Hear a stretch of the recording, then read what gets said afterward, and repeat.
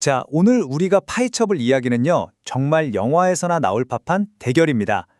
세계 최고의 AI 기업 중 하나와 세계 최강대국 정부가 정면으로 충돌한 전례 없는 사건이죠. 이 말이요, 무슨 적국을 향한 게 아니었습니다. 바로 미국의 심장부, 실리콘밸리를 대표하는 기술 기업 엔트로픽을 향해서 나온 말이었어요. 도대체 어떻게 된 일일까요? 네, 사건의 발단은 이렇습니다. 2026년 3월 5일 미국 국방부가 아주 충격적인 발표를 하죠. AI 클로드를 만든 바로 그 회사 엔트로픽을 공급망 리스크로 공식 지정해버린 겁니다.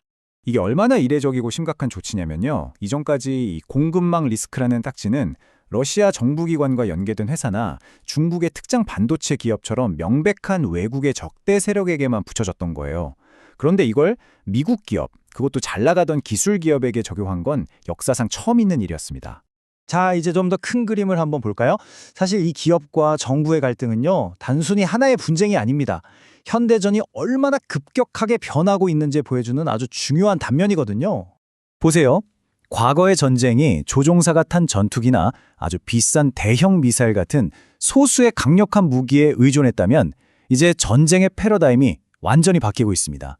저렴하고 빠르게 대량 생산할 수 있는 수많은 AI 드론들이 전장을 뒤덮고 있는 거죠. 이제 전쟁도 가성비의 시대가 된 겁니다. 이 비용 차이 한번 보세요. 정말 엄청나죠? 패트리언 미사일 한 발 쏠 돈이면 이런 자율 드론을 수백 대는 띄울 수 있다는 계산이 나옵니다. 이게 바로 현대전의 경제학을 완전히 뒤바꿔 놓고 있는 현실이에요. 그리고 이 새로운 전쟁의 한가운데에는 바로 민간 기술 기업들이 있습니다. 스페이스X의 위성이 눈이 되어서 전장을 감시하고 팔란티어의 소프트웨어가 두뇌가 되어서 데이터를 분석하죠. 그리고 바로 엔트로픽의 AI가 표적 선정, 즉 목표물이 어디에 있을 확률이 높은지에 계산하는 결정적인 역할을 맡게 된 겁니다. 이들이 새로운 군사기술의 핵심 축인 셈이죠. 그렇다면 도대체 무슨 일이 있었길래 엔트로픽이랑 미국 정부가 이렇게 대놓고 부딪히게 된 걸까요? 갈등의 핵심으로 직접 들어가 보시죠. 사실 갈등은 조용히 진행되고 있었습니다. 2024년 국방부와 계약을 맺은 뒤에 엔트로픽의 기술이 베네수엘라 대통령 납치나 이란 고위 지도자 표적 공격 같은 아주 민감한 작전에 쓰였던 거예요. 그러다 마침내 2026년 초 엔트로픽이 더는 못 참겠다며 공식적으로 반기를 든 겁니다. 엔트로픽이 내건 원칙, 그러니까 이 선은 절대 못 넘는다고 한 건 아주 명확했어요. 자국민을 대규모로 감시하는 데 쓰여서는 안 된다. 그리고 인간의 개입 없이 AI가 스스로 사람을 죽이는 무기는 절대 안 된다는 거였죠. 방아쇠를 당기는 최종 결정은 반드시 인간이 해야 한다는 게 그들의 주장이었습니다. 자, 여기서부터 이 사건을 보는 시각이 완전히 두 갈래로 나뉩니다. 엔트로픽은 과연 원칙을 지키려 한 윤리적인 영웅일까요? 아니면 그 뒤에 다른 계산이 숨어 있었을까요? 양쪽의 이야기를 모두 중립적으로 한번 살펴보겠습니다. 우선 대중의 반응은 정말 폭발적이었습니다. SNS에서는 드디어 원칙을 지키는 기업이 나타났다며 칭찬이 쏟아졌고, 회사 앞에는 당신들이 진짜 애국자라는 응원 메시지가 붙기도 했죠. 이건 뭐 현대판 다윗과 골리앗의 싸움처럼 비춰졌던 겁니다. 그리고 이게 그냥 여론만 좋았던 게 아닙니다. 실제 결과는 더 엄청났죠. 클로드 앱 다운로드 수가 폭발해서 사상 처음으로 앱스토어에서 챗GPT를 이기고 1위를 차지했습니다. 엔트로픽은 이 사건 하나로 순식간에 기술계의 윤리적 아이콘으로 떠오른 거죠. 자, 그런데 말이죠. 과연 이 영웅 서사가 이야기의 전부일까요? 이제부터는 조금 다른 각도에서 이 사건을 들여다볼 필요가 있습니다. 이 영웅 서사를 좀 복잡하게 만드는 몇 가지 사실들이 있거든요. 첫째, 안전을 그렇게 외치던 회사가 불과 2달 전에는 국방부의 공격용 드론 계약에 입찰을 했다는 점. 둘째, 경쟁사 따라잡아야 한다는 압박 때문에 내부적으로는 안전 정책을 스스로 완화했다는 사실이 드러났죠. 그리고 마지막으로 이 논란이 터지자마자 이걸 기회로 삼아서 경쟁사 사용자를 뺏어오는 마케팅을 아주 적극적으로 펼쳤습니다. 그래서 비판적으로 보는 쪽에선 이걸 이렇게 분석합니다. 엔트로픽의 행동이 아주 냉소적이면서도 기가 막히게 영리한 비즈니스 전략이었다는 거죠.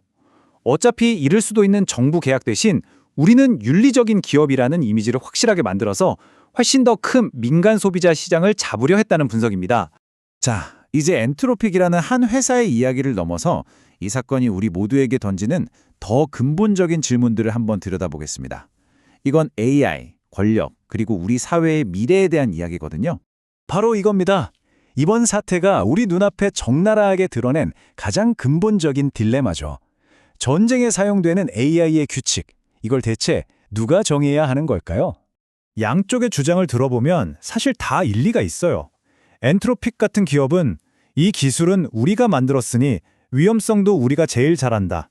우리가 통제해야 한다고 말하죠. 반면 정부는 국가 안보는 국민이 선출한 정부가 책임지는 거다.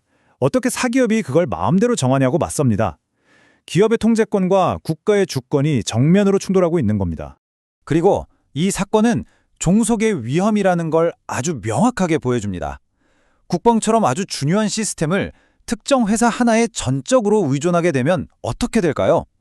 그 회사가 우리 마음에 안 들면 기술 제공 안 할래 라고 했을 때 국가는 속수무책으로 끌려갈 수밖에 없는 상황이 벌어질 수 있다는 거죠. 그래서 이런 위험을 피하려고 각국 정부들이 생각하기 시작한 게 바로 주권 AI라는 개념입니다. 말 그대로 우리 AI의 주권을 우리가 갖자는 거예요. 핵심 기술을 외국이나 특정 민간 기업에 의존하지 않고 국가가 직접 우리 손으로 개발하고 통제할 수 있는 역량을 키우자는 움직임입니다. 결국 이 사건은 우리에게 이 질문을 던지고 있습니다. 무기가 총이나 미사일이 아니라 눈에 보이지 않는 알고리즘이 되었을 때 진정한 권력은 과연 누가 쥐게 되는 걸까요? 이건 단순히 기술에 대한 질문이 아닙니다. 국민이 선출한 정부의 권한이 이윤을 추구하는 소수의 기술 기업 리더들에게 넘어갈 수도 있는 전례 없는 권력 이동에 대한 질문이죠. 이 질문에 우리가 어떤 답을 내놓느냐에 따라 앞으로의 전쟁, 아니 어쩌면 민주주의 자체의 미래가 달라질지도 모릅니다.